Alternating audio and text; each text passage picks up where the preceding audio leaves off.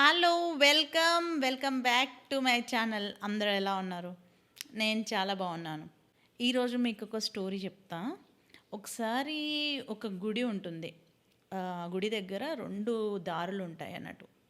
ఇటు ఈస్ట్ వైపు ఒకటి, వెస్ట్ వైపు ఒకటి అని 2 దారులు ఉంటాయి. సో, ఆ 2 దారుల్లో ఒక దారిని అందరూ యూజ్ చేయరు. అది షార్ట్ కట్ కూడా. బట్ ఎందుకు అక్కడ ఆ దారిని యూజ్ చేయట్లేదు? ఆ వేలో వెళ్తే చాలా తొందరగా వెళ్తారు. అటువైపు ఎందుకు యూజ్ చేయట్లేదు అని ఒక ముని ప్రశ్నిస్తాడు.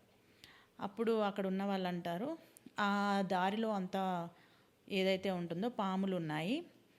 సో ఆ పాములు ఏవైతే ఉంటాయో అవి ఎక్కడ మమ్మల్ని హర్ట్ చేస్తాయో అని చెప్పి మేము అటు వెళ్ళట్లేదు అని అంటారు. అని అంటే అని వాళ్ళందరూ అంటారు. అని అంటే అప్పుడు ఈయన ఆ దారిలో వెళ్తాడు. వెళ్తే అతనికి 2 పాములు కనిపిస్తాయి. అప్పుడు ఆ పాములు అంటే, ఈ దారిలో ఎవరు రారు, మీరు వచ్చారు ఏంటి అని చెప్పి ఆశ్చర్యపోతాయి. సో అప్పుడు ఆ ముని అంటాడు, ఈ దారిలో అందరూ రావడానికి భయపడుతున్నారు. సో మీరు ఒక మాట ఇవ్వండి, ఎవరైనా కానీ మిమ్మల్ని ఈ దారిలో వస్తుంటే మీరు వాళ్ళని కరవకూడదు అని చెప్తాడు. అప్పుడు అలా చెప్తూ, ఒకవేళ ఇన్కేస్ మీకేమైనా ప్రాబ్లం వస్తే మటుకు మీరు ఊరుకోకండి అని అంటాడు. సో అలా చెప్పిన తర్వాత ఆయన వెళ్ళిపోతాడు. సో ఒక్కొక్కరుగా ఆ వేని అలా వెళ్తూ ఉంటే ఒక పాత్ పడిపోతుంది అన్నట్టు. ఒక బీడు భూమి అయినా కానీ, పాడుబడ్డ నేలైనా కానీ, ఒకసారి ఎవరన్నా అడుగులు ముందుకు వేస్తూ వెళ్తూ ఉంటే అక్కడ ఒక దారి పడిపోతుంది అన్నట్టు. సో ఇప్పుడు కొత్త దారి, ఇది షార్ట్ కట్ దారి అందరికీ దొరికింది, అందరు వెళ్తూ ఉంటారు. అందరూ ఒకరోజు ఒక దగ్గర గ్యాదర్ అవుతారు. అక్కడ గ్యాదర్ అయింది చూసి ఆ ముని కూడా వస్తాడు. సో ఏంటి అని చూస్తే అక్కడ ఒక పాము రక్తపు మడుగులో ఉంటుంది, కొన ఊపిరితో ఉంటుంది.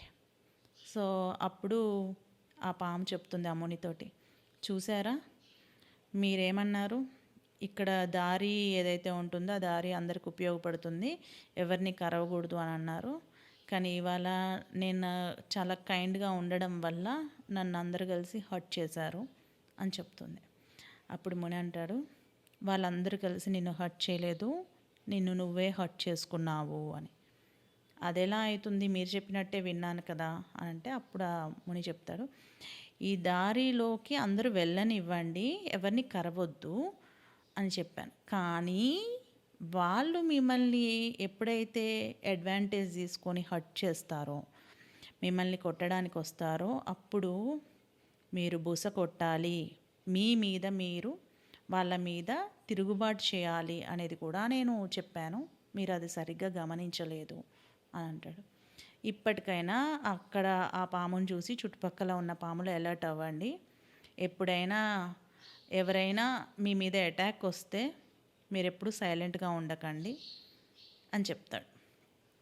సో ఈ కథలో మనం తెలుసుకోవాల్సింది ఏంటంటే, ఎప్పుడూ కూడా మనం కైండ్ హార్టెడ్గా ఉండాలి, ఇంకొకళ్ళని నొప్పించకూడదు, ఇంకొకళ్ళని బాధ పెట్టకూడదు అని చెప్పి స్పెషల్లీ ఆడవాళ్ళు ఇంట్లో అందరికీ పొద్దున్న లేచిన కాడ నుంచి అన్ని పనులు చేస్తూ వాళ్ళతోటి అందరూతోటి మంచిగా ఉంటూ కూడా వాళ్ళకంటూ కూడా ఎటువంటి విలువ ఇవ్వట్లేదు అని జనరల్గా నా ఏదైతే ఉంటుందో కమ్యూనిటీలో నేను ఆన్లైన్ క్లాసెస్ కండక్ట్ చేసినప్పుడు డిస్కస్ చేస్తూ ఉంటే అందరు చెప్తూ ఉంటారు వాళ్ళు, మేము మేము ఎంత బాగుంటున్నా కానీ మాకంటూ ఒక రెస్పెక్ట్ అనేది మాకు దొరకట్లేదు మా ఇంట్లో అని.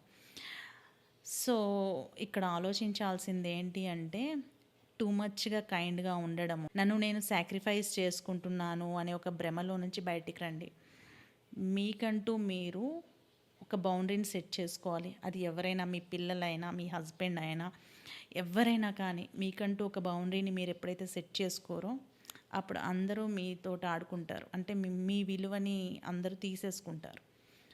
కైండ్గా ఉంటూ కూడా స్ట్రాంగ్గా ఉండడం నేర్చుకోవాలి. అలా చేయలేకపోతున్నారంటే మీరు సమ్ స్కిల్స్ని ల్యాక్ అవుతున్నారు.